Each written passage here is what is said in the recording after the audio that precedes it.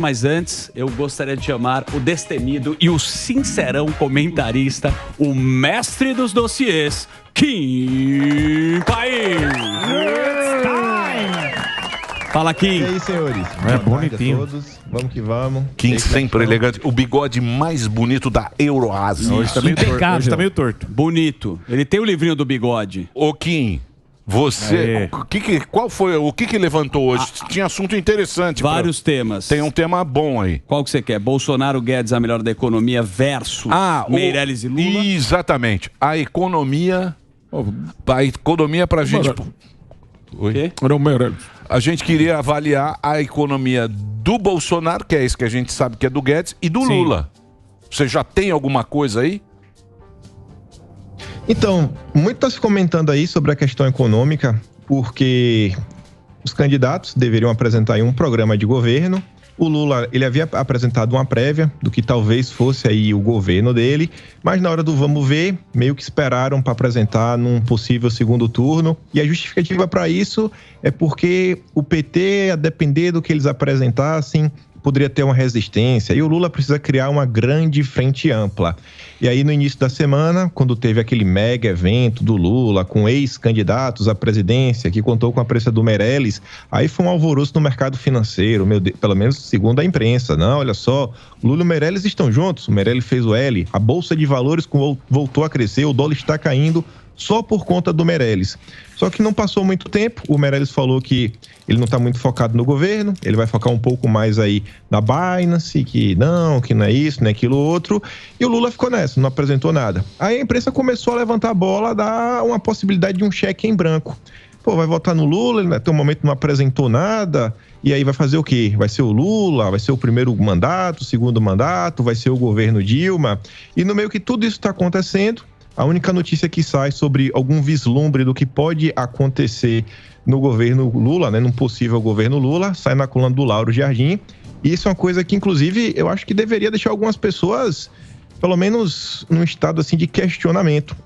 Segundo o Lauro Jardim, o Alexandre Padilha visitou mais uma vez a sede da XP, não é a primeira vez, e, segundo o Lauro Jardim, teve a oportunidade de conversar com um grande investidor internacional. Aí você olha os dois grandes candidatos que estão aí no pleito. De um lado, Bolsonaro, do outro lado, Lula. Bolsonaro está aí rodando, encontrando a população. É um governo que a população, inclusive, pode julgar o que foram os últimos 4 anos, as reformas. O Paulo Guedes, inclusive, esteve aqui no Pânico, né, no dia de ontem. Foi uma baita aula, um baita bate-papo. No Flow Podcast, anteontem, foram quase 5 horas de papo. Então, acho que deu para, pelo menos, exaurir algumas perguntas que estavam aí abertas. O que pode ser a visão econômica do governo Bolsonaro. Já o governo Lula, meio que só quem está sabendo é o grande investidor internacional que conseguiu bater um papo com Alexandre Padilha na sede da XP. Aí temos aí o Sami, temos aí o Dani, um pessoal aí que inclusive faz algum investimento ou outro. Eu até passo a bola para vocês e pergunto, né, o que é que vocês acham disso daí? Vocês acham que é normal você ter um candidato à presidência onde um dos porta-voz dele, uma espécie disso, com o mercado financeiro, está comentando primeiro para a turma do que para o povo brasileiro, que é quem vai votar aí nas urnas no domingo? Eu acho esquisito isso. Porque, por exemplo, o que a gente está vendo é o Lula fazer um acordo. Sim. Ele está fazendo um acordo, com todo mundo. Mas ele não mostrou para a população ainda. Não tem uma proposta. Não, e o Meirelles... Tem proposta? Não, quero saber. O Lula tem proposta econômica. Não tem proposta. Mas você não sabe nem quem é. O Meirelles está querendo ir, mas o Lula não se comprometeu. Tem um outro. Então, mas como é tem um outro que chama Guilherme Melli, que é um cara do PT, um economista. Não, chegaram até a falar que o próprio Alckmin seria e não tem nem, acho, assim, não se sabe. Para. E o pior que é não saber. Não me parece que o Lula tem interesse em apresentar. Não, teve aquele jantar anteontem com os empresários, teoricamente ele falou de reforma tributária, mas acho que fala qualquer coisa para... Fala que a turma quer ouvir. Não, fala o que a turma quer ouvir, mas não tem plano, não tem nada, porque o plano é o quê? Crescer, é ficar rico. Chover picanha. É um plano assim que... Tá muito varziano. Sim, exatamente. Tá muito varziano. Mas o pior varziano. é a falta de cobrança, né? de um candidato em relação a certas posições. Consórcio? Consórcio? Do consórcio de todo mundo. Pô, se o cara quer ser presidente, você tem que saber. E aí, como que você vai fazer reforma? Vou fazer alguma reforma tributária. Mas como? Como que você vai fazer para dar mais dinheiro para os pobres? Eu vou fazer. É um Waze sem internet do Lula. Ontem ele falou já duas coisas que afetaram a Bolsa, anteontem. Ele falou que ia voltar o FIES e os planos do ProUni, que é financiar estudo universitário, a gente pode até perguntar para o ministro, isso tem várias críticas. Os empresários estavam lá no beijamão, pô. Então, tá todo mundo aplaudindo, cara. Mas tá meio esquisito. E teve também, tá bem estranho. Que falou que vai voltar a interferir em empresas da Petrobras. As ações ontem caíram. Agora, eu mesmo não faço a menor ideia. Difícil saber. E é ruim essa falta de transparência dos candidatos. Deixa eu perguntar, Kim, quem sabe isso? Boa pergunta, né? O Alexandre Padilha tá rodando aí no mercado financeiro, já foi algumas vezes aí na sede da XP. Acho que se perguntar pro Guilherme Benchimol, ele deve saber alguma coisinha para contar, né? Se ele quiser compartilhar com a galera. Pelo menos segundo o Lauro Jardim, o Alexandre Padilha deu alguns vislumbres do que pode ser a economia do Lula aí, né, para um grande investidor internacional. Agora, teve outro ponto também que eu não sei se isso interferiu ou não na questão da Bolsa de Valores, mas tem a ver com as propostas econômicas do Lula. Isso é uma matéria 3 dias atrás, na Folha de São Paulo, sobre a possível volta do imposto sindical. E aí eles falam que pode acabar sendo uma taxa que será cobrada, né, pode inclusive ser descontada do contra-cheque e que seria, assim, por parte de todos os trabalhadores, porque assim, todo mundo que acaba meio que sendo contemplado pelo acordo coletivo. E aí fala que essa nova taxa, assim, o PT é bem legal, né, os sindicalistas que propuseram, falou que pode ser paga de forma parcelada e eles estimam que pode girar em torno de 1% do salário. Eu não sou um grande matemático, mas eu fiz uma pequena conta. O imposto sindical do passado era 1 dia de trabalho.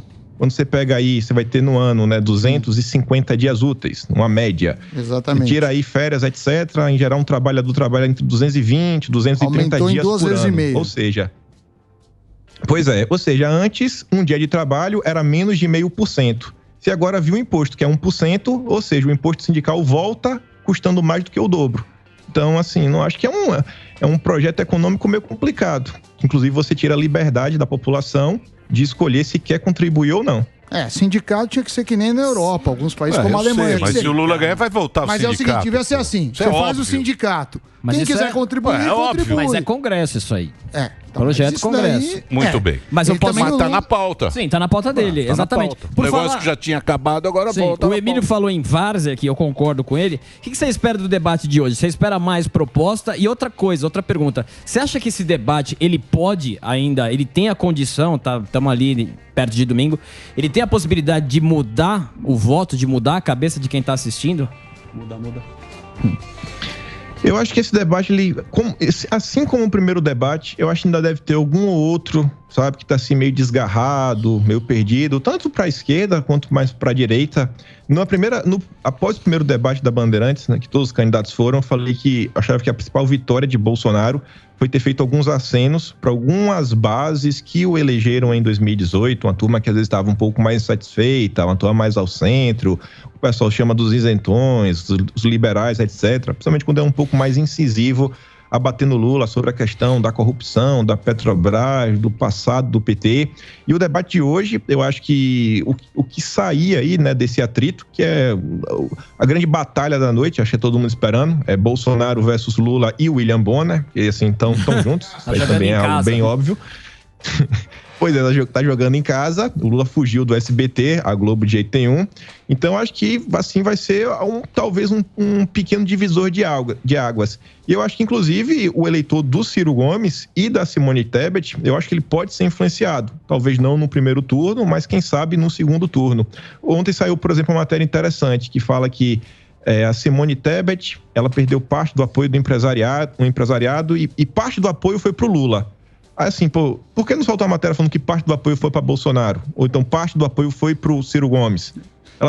Uma parte que perdeu, assim, ela perdeu apoio. Aí uma parte foi para um, foi para outro. Porque a imprensa faz questão de destacar para um único candidato. É o consórcio. O consórcio está impossível. Consórcio está impossível. Consórcio E a degola? E a degola? Você acompanhou aí? Degola, né? Complicado. Chegou a degola? Isso aí é proibido no Brasil. É proibido? Mas você tá fora. Na Austrália, você tá na Austrália. Você tá longe. Mudou o fuso. Hoje... Carta rogatória demora pra chegar aí. É proibido no mundo todo. Se quiser ser degolado, eu não quero. A degola agora ainda, ninguém explicou. Ninguém vai explicar a degola. A degola vai ficar assim como uma gafe. Não, aquelas coisas que a gente nunca Brincadeirinha, sabe, né? Brincadeirinha. A degola vai ser a convulsão do Ronaldinho. Isso. Só quem tava no quarto sabe. A degola, Depois de alguns anos a convulsão do Ronaldinho. Tem coisas que a gente nunca vai saber. Não sabe até hoje o que aconteceu. Na vida. Muito bem. É isso? Parece que a gente teve um pequeno bizil. Voltou. Vamos lá. Eu queria ouvir, Kim, tudo bem com você? Queria ouvir sobre o Ciro, né? No meio dessa pataquada toda, o Ciro, ele, de novo com aquele discurso, né, de bater nos dois, mas ele tá com maior ênfase, né, maior crítica ao PT. E como que você acha que vai ser no eventual segundo turno, ou até mesmo nesse primeiro turno, o esvaziamento dele, até mesmo para o Bolsonaro, em alguma medida? Porque eu não vejo eleitor do Ciro indo tudo pro Lula, não. O pessoal não suporta o Lula. Mas não vai mesmo. Saíram algumas... Inclusive, isso é um dos dados mais relevantes que jamais foram divulgados pelo Datafolha. O Datafolha, ele vem fazendo uma pergunta que eu acho que é crucial. Ele perguntava para os candidatos: em quem você votou no segundo turno em 2018. Por mais de uma vez, eles fizeram essa pergunta nas pesquisas. Isso é importante, porque imagina aí, o Datafolha solta uma pesquisa que mostra que 90% dos entrevistados votaram em Haddad em 2018. Ou então o oposto, que 90% dos candidatos votaram em Bolsonaro em 2018. E aí o pessoal não comenta. Saiu uma pesquisa da Veritá, onde eles colocam, e você vê que no que diz respeito ao Ciro Gomes, nota lá no, 5, 7% que ele tem, mostra quantos desses eleitores votaram em Bolsonaro no segundo turno em 2018 e quantos votaram no Haddad, mostrando que exatamente isso daí, o eleitorado do Ciro Gomes está meio que dividido, sabe? Meio Bolsonaro, meio Lula, né, nesse exato momento, que foi o que aconteceu no passado. Sobre o Ciro Gomes e o PDT e essa movimentação como um todo, como eu estou vendo a situação? Ciro Gomes, ele tem um foco que é muito maior, muito mais amplo. Eu não acho que está limitado a essa eleição, a ele ficar na frente da Simone Tebet, ele pontuar bem, etc. Eu acho que o Ciro Gomes, ele está tentando reposicionar o PDT enquanto partido. Tentar voltar um pouco no tempo, né? Deixar essa esquerda mais identitária, tipo assim, a turma do PSOL, o que o PT vem se tornando. Tentar voltar um pouco para as bases, voltar aquele discurso nacionalista, desenvolvimentista, aquelas pautas trabalhistas que a esquerda sempre defenderam, inclusive a origem do PDT. Então ele vem fazendo esses acenos. O próprio manifesto que ele fez, ele já começa falando isso daí, ele tá batendo nessa tecla, não, isso daqui, algumas pessoas do entorno do PDT, da militância do PDT, vem batendo nessa tecla. Eu também vejo que está crescendo, inclusive, até uma movimentação de rede social, a militância batendo nessa tecla. A turma do MBL está tentando também se aproximar do PDT, também nesse discurso, não, temos que abraçar o nacionalismo. O Renan Santos fez uma thread que em algum momento, nós, o Danilo Gentili, algumas pessoas aí, ele fala explicitamente a militância do PDT, precisaremos sentar juntos e discutir um projeto de Brasil, etc. E eles vão fazendo essa mudança porque hoje a gente vive na política uma crise de identidade partidária. Assim, você pega o Novo, você até fala, pô, beleza, eu acho que o pessoal do Novo tem uma tendência mais liberal, sabe, mais focado na economia. Você pensa no PSOL, ou vem na hora, na esquerda identitária, o PV ainda pensa, beleza, agenda verde. Agora você fala assim, hoje, no Brasil, qual a diferença do PSD do Kassab pro MDB do Baleia Rossi, pro PSDB, sei lá, ainda tá o Bruno Araújo comandando, pro União Brasil do Bivar? Qual a diferença? Não tem mais diferença nenhuma. As pessoas não gera um vínculo com o partido. O cara olha só pelo candidato. E aí os partidos, quando eles perdem a essência, eles também perdem o discurso, né? Aquela força do discurso. Tanto que 2 dias atrás, o Aloysio Nunes, ele concede uma entrevista falando que o pós-eleição é um momento que o PSDB vai ter que sentar, vai ter que dialogar para ver para qual lado o partido vai caminhar. Porque, assim, tá completamente perdido. Virou uma grande massa amorfa esses partidos brasileiros. O nosso querido o governador aí juntar com o Lula lá de vice, porra. O Alckmin. Sim. Lula! Opa! É a quebra do teatro. Opa! Eu sempre votei nele pra ir ampla. Mas eu vou falar. Estranho. Até Muito ampla. Acabou, meu. Acabou. Zerou o jogo. Sim, lógico. Zerou o jogo. Quem pode escrever aí? Data-feira. Vai lá. Data-feira. Hoje já tem Isso aí não vale nada. Data-feira. Data-feira. Isso não vale nada. Data-feira. Entre um caldo de 15% esquece. 15% Não vão. Vai pro Guarujá. Sami já comprou passagem pra Aspen. Comprou passagem. Sinuca, 15%, esquece. É a turma do Sami. Do que sobrou? 40-40 pau a pau. Pode ser 43-39, 40-40 pau a pau. Tá certo. Bolso-petismo? Tá. Bolso-petismo. 40% para cada lado. A Exame tá dando 49. 15% ainda estão envergonhadíssimos. No escuro da urna. Mas já decidiu? Escuro da urna. Não sei. Continuam com não sei. vergonha. 15% escuro da urna. Certo. E 5% tiririca. Samidana, não vota, tal, tiririca. É isso aqui, ó. Pode esquecer. Aí, então tá no 40-40 e os 15. E tem uma outra coisa.